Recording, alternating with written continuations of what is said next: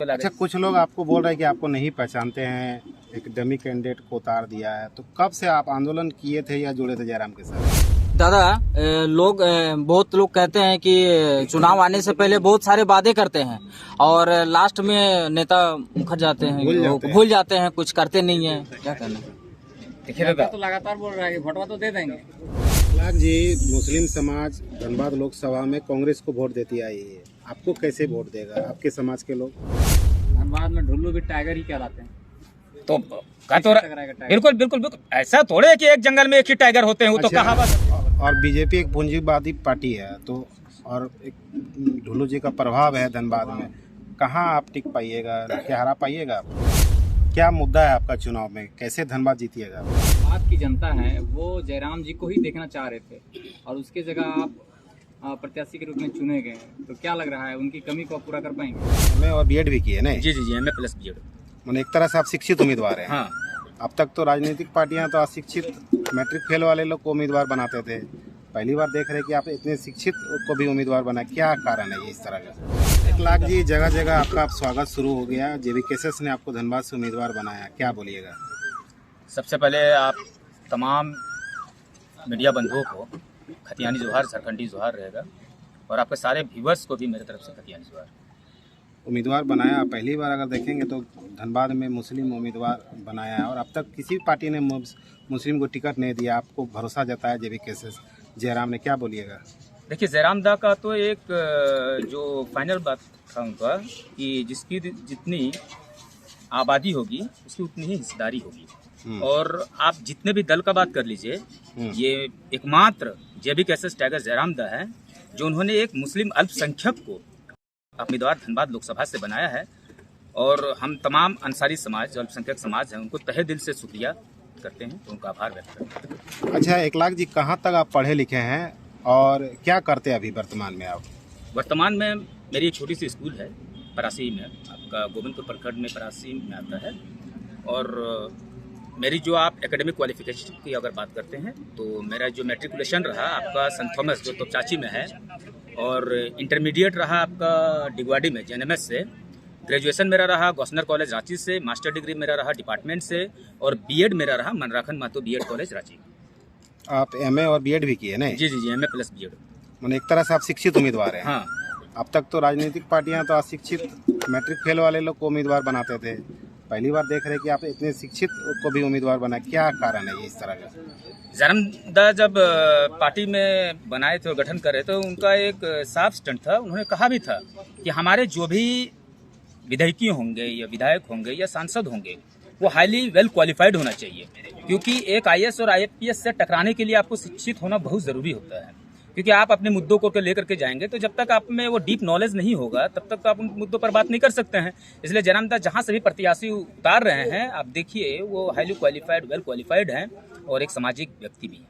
1 लाख जी, जैसा कि जो धनबाद की जनता है वो जयराम जी को ही देखना चाह रहे थे और उसके जगह आप प्रत्याशी के रूप में चुने गए, तो क्या लग रहा है उनकी कमी को पूरा कर पाएंगे? जयराम दा को पूरा धनबाद वासी किया, वो हम भी देखना चाह रहे थे, लेकिन बड़ा ही खुशी की बात है कि उन्होंने मुझे एक प्रत्याशी के रूप में घोषित किए हैं।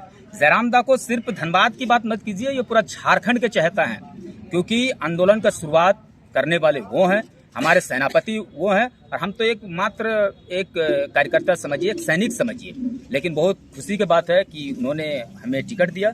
और दूसरी बात है कि जयराम दा जो आज अपने लड़ रहे हैं अपने क्षेत्र से, तो एक कहावत है ना कि यदि तो घरे इज्जत हो तो बाहरे इज्जत हो। तो जयराम दा का वोटर कार्ड जो है वो मानटाड़ तोपचाची जो गिरिडीह लोकसभा के अंतर्गत आवो है, तो वो अपन पहला लोकसभा के चुनाव वहाँ से लड़े और वहाँ तो लोग के भी एगो आशा और उम्मीद रहे कि ना हमारे जो सांसद रहते हमारे घर के बगल रहो, तो सबसे बड़ा खुशी की बात है। जरा हमारे घर के बगल में लोग सोच भी करते हैं कि ना हमारे गाँव के लागे। अच्छा, कुछ लोग आपको बोल रहे हैं कि आपको नहीं पहचानते हैं, एक डमी कैंडिडेट को उतार दिया है, तो कब से आप आंदोलन किए थे या जुड़े थे जयराम के साथ? देखिए, एक्चुअली हम लोग क्या रहता था कि हम स्कूल भी चलाते थे और जब भी जरूरत होता था हम जाते थे और ऑफ कैमरा हम लोग काम किए हैं। देखिए, ये भी एक बार शुरू में आए थे तो बोले थे कि आपका तो चेहरा हम नहीं पहचान रहे, लेकिन टुंडी में तो आपका मैं भाषण देखा था, बहुत आप बाहरी के खिलाफ भी भाषण दे रहे थे। बिल्कुल। और यहाँ शायद एक यहाँ भी था, क्या नाम है, महुवनी तरफ। बिल्कुल सर, मंच में तो आपको तो भाषण देते हुए देखे थे। हाँ हाँ, लेकिन बहुत ऐसे लोग होते हैं कि मान लीजिए कि ये एक मीडिया का जमाना है, कुछ लोग देखें तो आपको पहचान लिए, जो छूट गए वो आपको नहीं पहचान रहे हैं। लेकिन आप जहां पर भी हम लोग आंदोलन किए, आप एसएससी प्लांट की बात कर लीजिए, एमपीएल की बात कर लीजिए, आपका तेतुलिया प्लांट की बात कर लीजिए, प्रदीप हाटको की बात कर लीजिए, जहां पर भी हुआ है हम लोग गए हैं। और हम लोग बड़ा गरीब परिवार से बिलोंग करते हैं, तो हम लोग पार्टी के साथ साथ पेट चलाने के लिए अपना बीवी बाल बच्चा को भी समय देना पड़ता था। तो लेकिन शुरू से ही जयराम दा के विचारों के साथ आदमी लगे हुए थे और ऑफ कैमरा काम करने किए हैं। आंदोलनों में तो आपको कई बार देखा गया, बिल्कुल। खास करके खतियानी जो सभा होती थी। अगर हम लोग नहीं जाएंगे तो सर कौन जाएंगे? हम लोग नहीं जाएंगे तो कौन जाएंगे? क्योंकि बताइए, मैं एक एमए करके आज घर पे बैठा हूँ, मेरे पास सरकारी नौकरी नहीं है।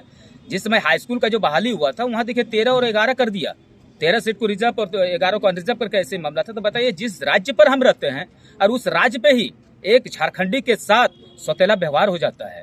अगर उसको करना था तो अपन सब जगह पर कर देते। आज हमारे यहाँ पर नीति नियम का कमी है, जिसकी वजह से जिस राज्य में रहते हैं उसी राज्य में वहाँ पर 2 फैक्टर कर जाता है, एक रिजर्व और एक अनरिजर्व। क्या मुद्दा है आपका चुनाव में, कैसे धनबाद जीतिएगा? पहला जो मेरा यहाँ पर मुद्दा होगा वो नीति का होगा, क्योंकि अब हम लोग ये सड़क, बिजली, पानी, ये पुरानी राजनीति हो गई सर। अब हम लोग का जो यहाँ पर राजनीति होगा वो नीतियों आधारित राजनीति होगा, क्योंकि और सबसे पहला हम लोग का जो फोकस रहेगा वो पढ़ाई पे होगा, क्योंकि जितने पढ़े लिखे लोग रहेंगे उतना ही समाज का कल्याण होगा।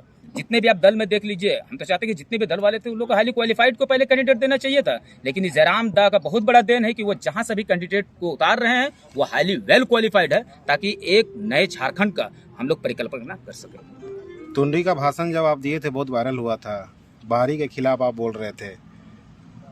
क्यों नहीं बोलेंगे सर? एक साधारण सा बात होता है कि मान लीजिए कि तुहू गाँव में रहे, हमहू गाँव में रहे, गाँव में हमरे जखन कोनो विचार में जाइए तो तोरे देख ले अभी कि 2 भाई है तो हमरे की करिए कि नदियों भाई के एकदम बराबर के और पैतृक संपत्ति में दियो के हकदार बराबर के होना चाहिए। तो जब झारखंड बिहार से अलग भेल रहे तो हमरा के मतलब यहाँ पर राज्य ले के हम अपन ले लिए, तो हमार जटा संपत्ति है कुछ भी है तो बाहर का हक और अधिकार नहीं होना चाहिए। यही चीज के तो लड़ाई है हमारे। देखा जाए तो आप लोग भाषा और खतियान की लड़ाई से आप लोग आए हैं, और अभी आप देखेंगे तो आपका प्रभाव भी रहा और बहुत लोकसभा क्षेत्र में स्थानीय लोगों को जगह भी मिला।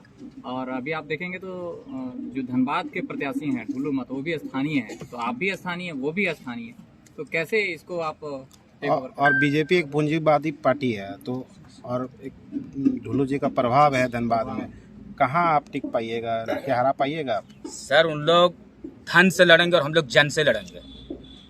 उनका एक अपना नीति है, अपना एक विचार है, हमारे एक अलग सिद्धांत है, जयराम दा के एक अलग प्रिंसिपल है। और हमारे जितने भी जेबी केसेस के लोग हैं, शायद हम लोग पैसा के मामले में, धन के मामले में बहुत ही कम है, लेकिन हम लोग का जन समर्थन आप देख लीजिए। जितने भी पार्टी के लोग हैं, अगर कहीं पर वो जनसभा करते हैं तो मुर्गा और दारू दे करके जनसभा करते हैं, लेकिन जेबी केसेस एक ऐसा दल है जहां लोग अपने पैसा को लगा करके सभा को सुनने के लिए जाते हैं, जयराम दा का विचारों को सुनने के लिए जाते हैं। और दादा का एक सवाल बड़ा ही बेहतरीन सवाल रहा कि धनबाद जो है वो बीजेपी से ढुल्लू महतो जी जो है, ढुल्लू दा, वो भी लड़ रहे हैं। तो पहला बात की जयराम दा का ही पहला जीत हम लोग घोषित कर दे रहे हैं आपके चैनल के माध्यम से, क्योंकि आज तक धनबाद से कभी भी खतियानी को टिकट नहीं दिया गया था, और ये पहला बार झारखंड के इतिहास में है कि दादा का आंदोलन रंग ले आया कि आज जो भी प्रत्याशी को टिकट दिया जा रहा है वो झारखंडी और खतियानी है। क्या कल से लोगों के बीच आप जाइएगा? बिल्कुल, आज तो सर्वप्रथम पहले हमारे जितने भी झारखंड के शहीद हुए हैं, पहले उनके स्टैचू पर माल्यार्पण करेंगे हम लोग, और जो भी शहीद हैं हमारे जैसे कि गोविंदपुर के, कहीं पे भी जितने भी हम लोग सब जगह पे जाएंगे उनके घर को लोगों से, और उनके जो बड़े बुजुर्ग हैं उनका हम लोग आशीर्वाद प्राप्त करेंगे। और कल से हमारे मिठू दा हैं, दादा लोग हैं, जितने भी दादा लोग हैं, सब अपना एक रूट मैप तैयार करेंगे और जहाँ जहाँ पर जाने के लिए कहेंगे उस अनुसार हम लोग। जिस तरह से देखेंगे तो बाहरी एकजुट हो रहे हैं धनबाद में, आप देखेंगे तो जैसे ही ढुल्लू महतो का प्रत्याशी बनाया गया था तो सरयू राय आके तरह तरह का विवादित बयान भी दिए थे, तो जिस तरह से बाहरी एकत्रित हो रहे हैं तो कैसे सामना करिएगा उन लोगों? यही तो झारखंड का सबसे बड़ा विडम्बना दादा, बड़ा दुख होता है कि बाहरी एकता का परिचय दे रहा है, लेकिन झारखंडी को देखिए वो जाति, धर्म और पार्टी से मतलब सोच रहे हैं। जब उन लोग एक हो सकते हैं तो झारखंड वासियों को एक होना चाहिए और एकता का परिचय देना चाहिए, ताकि हम खतियान, नियोजन नीति, स्थानीय नीति को हम लोग ला सकें। हम लोग को भी झारखंड वासी को, सारे लोगों को एक मंच पर एकता के साथ आ जाना चाहिए, जाति धर्म से उठ करके। आर्थिक रूप से कमजोर है तो कैसे आप लड़ पाइएगा? यहाँ आज के डेट में लोगों को दारू मुर्गा पैसा चाहिए, बूथ मैनेजमेंट है, कैसे लड़िएगा आप? दादा एक बात बताइए, जहाँ पर दारू मुर्गा का सौदा होता है तो हम लोग 365 दिन में आप देखिए तो 364 दिन हम लोग अपने पैसा से खाते हैं। एक दिन आपका जो दारू और मुर्गा जो दे देते हैं उससे आपका क्या होगा? आपके बच्चे को अच्छा स्वास्थ्य नहीं, अच्छा रोजगार नहीं मिल पाएगा, आपका अच्छा शिक्षा नहीं मिल पाएगा। और हम लोग जितने भी हैं, जितने भी मेरे साथी, आप देखिए अभी आज हम अभी आए हैं, जो माला को आप दिखाइए अपने कैमरा में, ये जो माला, ये जो गमछी हम जो अभी लेकर के आए हैं, ये मेरा पैसा का नहीं है।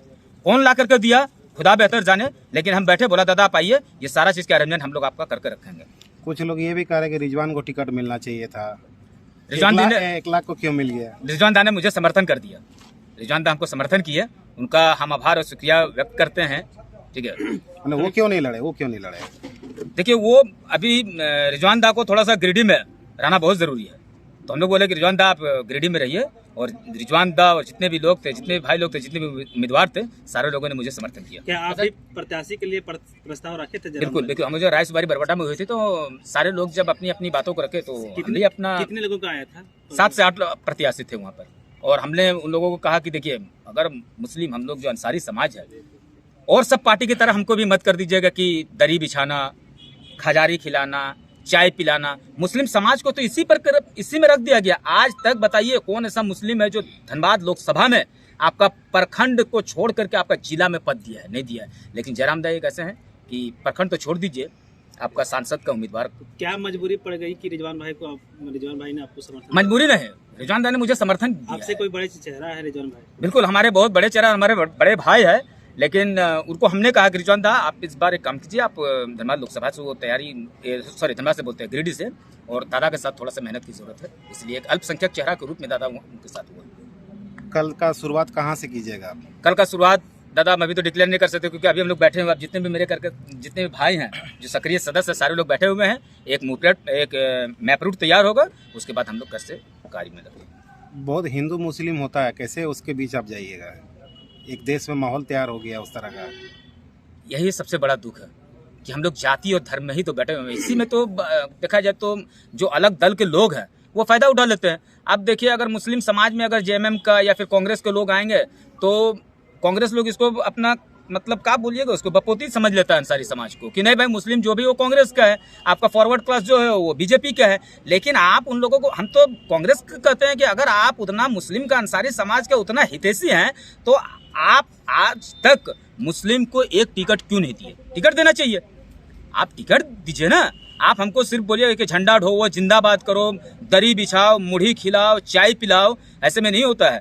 हमारा भी एक भागीदारी है, हम इसी झारखंड का एक स्थानीय है, हमारा भी विधानसभा और लोकसभा में हक और अधिकार है जो जयराम दा देने का कार्य किया। देखिए सर, बहुत सारा दल कहते हैं कि इन लोग 1932 का बात करता है। भाई 1932 का बात क्यों न करे? जब आपका हेमंत सोरेन जी आए थे तो जब चुनाव में, तो उन्होंने तो सबसे पहला कहा था कि अगर हम सीएम बन जाते हैं तो सर्वप्रथम हम 1932 का खतियान लागू करेंगे।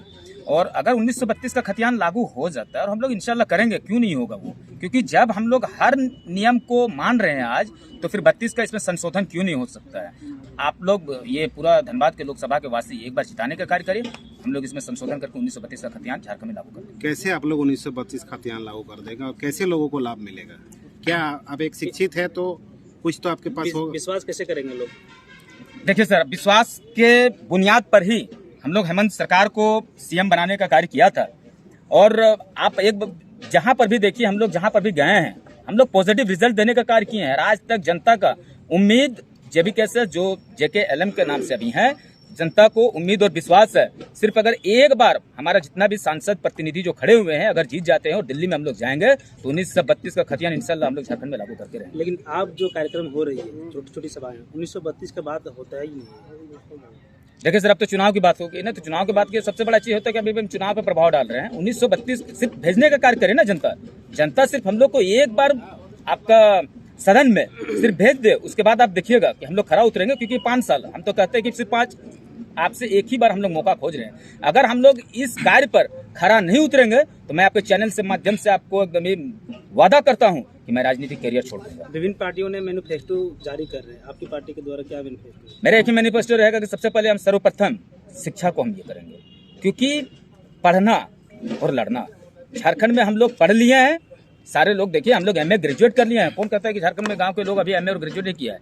मैं खुद आपका रांची यूनिवर्सिटी से MA किया हूं, तो पढ़ तो लिए हैं लेकिन समाज में लड़ने वाला नहीं है। और लड़ वही सकता है जो शिक्षित है। हम लोग शिक्षा को ग्रहण कर लिए हैं, इस बार लड़ने का कार्य करेंगे और हमारे आने वाले नस्ल जो जनरेशन है उसके लिए सुनिश्चित कर देंगे किसी भी हाल में कि स्थानीय नीति, रोजगार नीति कैसे झारखंड में लागू हो। अच्छा दादा, कैसे इसमें माइंडसेट को तोड़िएगा? जैसा कि लोकसभा चुनाव होता है तो वो सेंट्रल मुद्दा को देखते हैं, लोग मोदी को देखता है, मोदी को देखते हैं और 400 पार लगातार चल रहा है, तो उसको कैसे आप माइंडसेट को तोड़िएगा? दादा भी कहते हैं, हम भी कहते हैं। आप बात कर रहे हैं कि ये सबको मालूम है कि जो लोकसभा का चुनाव होता है वो सेंट्रल मुद्दा पे होता है। दादा हमारा स्थानीय मुद्दा ही को देख लीजिए ना, एकदम पूरा चरमरा सा है।